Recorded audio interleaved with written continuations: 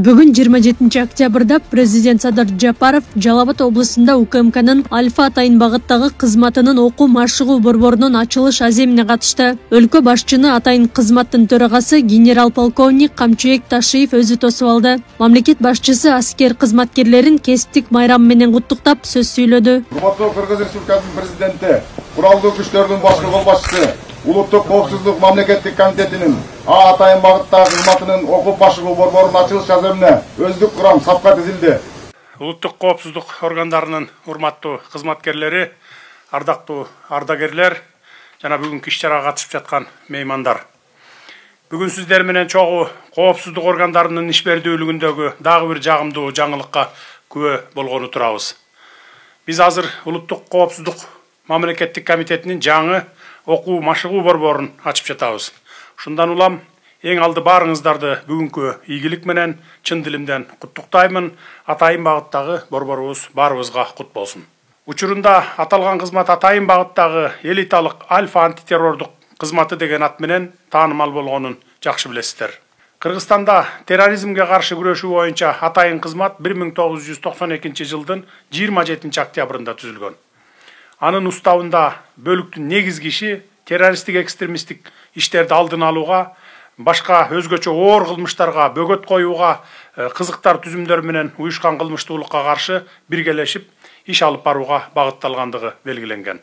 Атайын багыттагы кызматка кабыл алынуучу талапкерлерге күчтүү эрк, жогорку адамгерчилик сапат, дене тарбия жактан мыкты даярдык, моралдык психологиялык кыйынчылыкка, тобокелчиликке туруштук бере алган, кызмат кылууга медициналык жарамдуулугу боюнча жана башка күчөтүлгөн талаптар коюлган.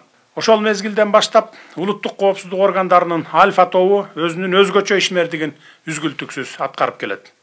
Албетте, кызматтын негизги функциялары терроризмге, коомдук саясий кырдаалды урчутууга багытталган террористтик жана экстремисттик иштерге каршы күрөшүү, жапырт башаламандыкты жана башка экстремисттик мүнөздөгү кылмыштардын алдын алуу, конституциялык түзүлүштү күч менен өзгөртүүгө жана бийликти кулатууга, андан сырткары өлкөнүн аймактык бүтүндүгүнө жана эгемендүүлүгүнө кол салууга бөгөт коюу болуп эсептелет. Азыркы учурда атайын багыттагы кызматтын согуштук күжүрмөн деңгээлин күчөтүү, анын тактикалык окуу машыгуу иш-чараларын жогорку деңгээлде өткөрүү, материалдык техникалык базасын чыңдоо, ошондой эле абада, темир жол жана башка ири стратегиялык объектилерге кол салуу аракеттерине каршылык көрсөтүү максаттарында иш-чаралар көрүлүүдө. Үстүбүздөгү жылдын башында дал биз турган жерге Улуттук коопсуздук мамлекеттик кызматынын жетекчилигинин демилгеси менен атайын багыттагы кызматтын окуу машыгуу борборунун курулуш иштери башталып, мынакей бардык шарттар менен пайдаланууга берилип отурат.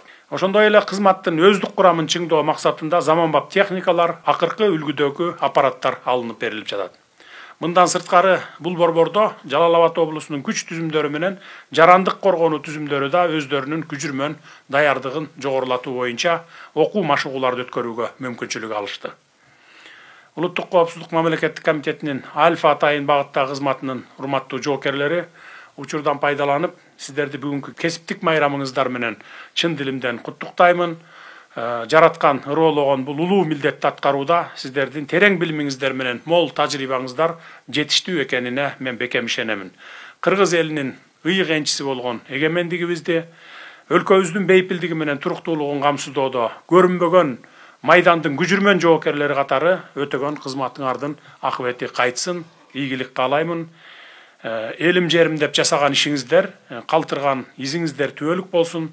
Мекенчил демиңиздер өчпөсүн, үй бүлөңүздөр менен бакубат өмүр сүрүңүздөр. Бардык ыңгайлуу шарттар менен бүткөрүлгөн бул борборубуз куттуу болсун. Жаңы борбордо атайын багыттагы кызматкерлердин машыгуусуна жана жашоосуна ыңгайлуу бардык шарттар түзүлгөн. Комплекстин аймагында жатакана, ашкана, мончо, спортзал жана машыгуу жайлары бар. Өлкө жетекчилиги борбордогу шарттар менен таанышып чыкты. Окуу жана машыгуу боюнча борбордун эмес сулуктугунан Эркинтур. Бардык баланы медицина тармагында үйрөтөбүз. Мисалга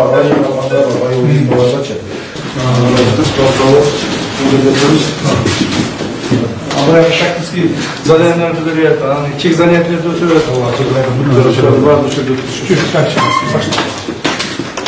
Biz özümüz жасап отырдық, жолдорда biz сатып албайбыз, өз қолымызбен жасап отырдық, качестволордун баарын бул компьютерлер менен камсыздалган, болмосо принтер, жак болсо жетекчинин новосу жаңылган, заманбап эмеге жараша, талапка жараша булар коюлган. Молодец. Не камикадзе. Не камикадзе. Камикадзе кылып да колдонсок болот, многоразовый болот. Келечектеги согуштун бардыгы ушуну менен болот да. Дрон ракета.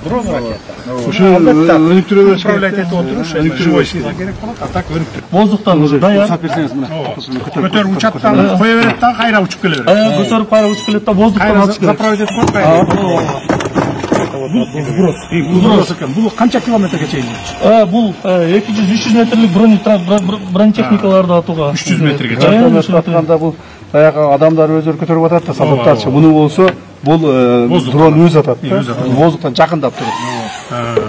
Болду. И буга анагы трактор коесуңар болду. Болду. Всё. Өзүбүз учурдук. Шунун баардыгын өзүбүздүн производство. Да. Мыналар придумали. Бул специально конгондо ушундай воздух сынып калбаш үчүн ушундай өзү специально пропеллер. Ичине мындай боеприпас алынат. Бул уже толук даяр уже камералар. Камера бар. Да, вот боеприпас бар, тротил. И дальше моторлору все вперед. Белгилей кетсек, УКМКнын Альфа атайын багыттагы кызматы 1992 жылдын 27 октябрында түзүлгөн. Бул кызмат тарыхында көптөгөн атайын операцияларды ишке ашыруу менен катарына мыкты жоокерлерди кошкон элиталык бөлүк болуп саналат. Камчыбек Ташиев Альфа кызматкерлерин кесиптик майрам менен куттуктап, мекенге ак кызмат кылууга чакырды. Мындан ары сиздерде мүмкүнчүлүк бар. Өзүңүздөр жакшы билесиздер, биздин ушуга чейинки кылган кызматыбызда, сиздердин кызматыңыздарда көптөгөн мындай ыңгайсыздыктар болуп келген. Ошол ыңгайсыздардын баарын жойдук. Бүгүнкү күндө сиздердин кызматыңыздарда атайын кызмат үчүн мына Бишкекте жакшы полигонду даярдадык. Ал жерде керектүү бардык биздин кызматка, машыгууга, даярдыкка көрүүгө бардык шарттар түзүлгөн. Анан кийин мына эми түштүк жагыбызда дагы ушундай жаңы объектини куруп бүтүп атабыз. Ошондон кызматыңар таза аткаргыла. Анан сырткары дагы бир жолу айтайын, бүгүн сиздердин атайын кызматтын түзүлгөндүгүнүн күнү. Мына ушуга дагы символикалык жагынан өтө жакшы болуп атат. Бул сиздердин эсиңерде калат. Силер бардык Улуттук коопсуздук мамлекеттик комитетинин башка бөлүкчөлөрүнө, бөлүмдөрүнө, подразделенияларынын бардыгына үлгү боло аласыздар.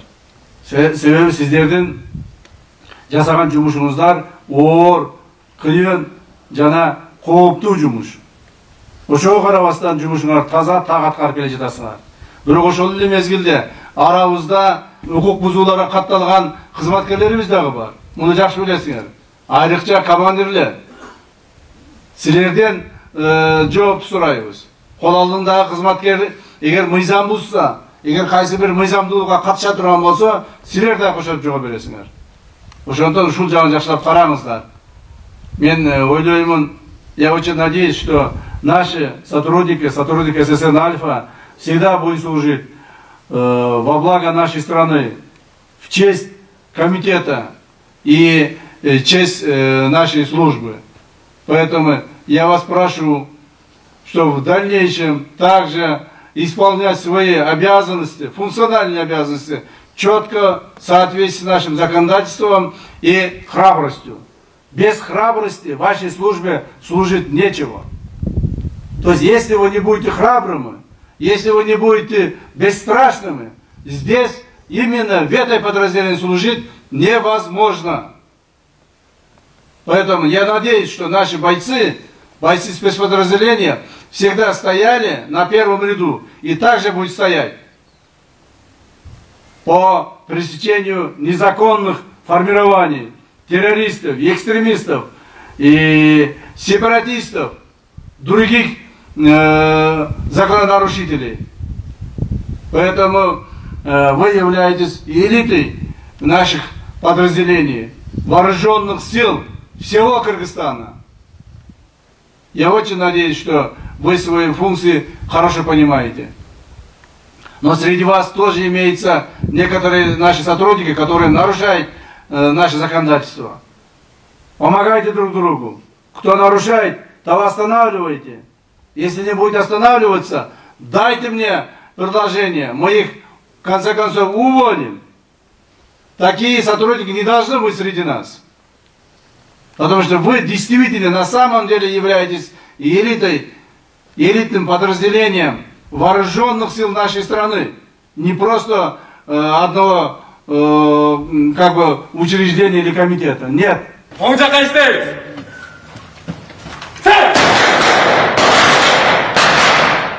Ачылыш аземдин жүрүшүндө Альфа Атайын багыттагы бөлүгүнүн кызматкерлеринин чеберчилиги көрсөтүлдү. Шарттуу террористтик топ тарабынан ээленип алынган поезд вагонунун бошотулушу, имарат ичиндеги террористтик топту жок кылуу жана күжүрмөн дрондордун жардамында куралдуу топту залалсыздандыруу операциялары көрсөтүлдү.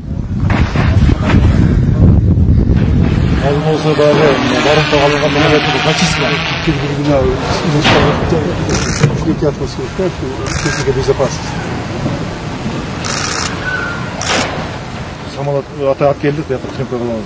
Ана мынау еме пойыз қаралы. Жуман сараса көтер.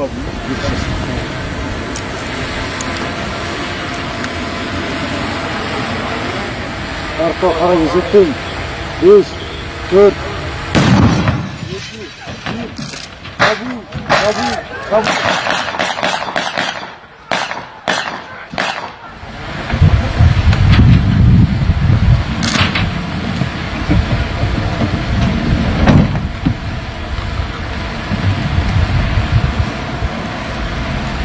Арықтан адамдар бошотылды, террористер арналды, ликвидация болды. Россиядан да келеші тұралдық жоғай.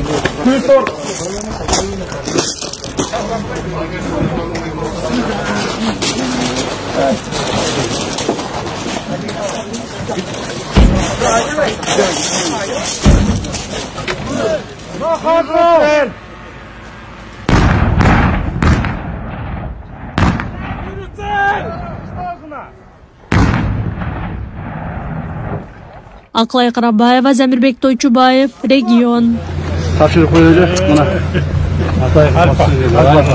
Альфа жокери.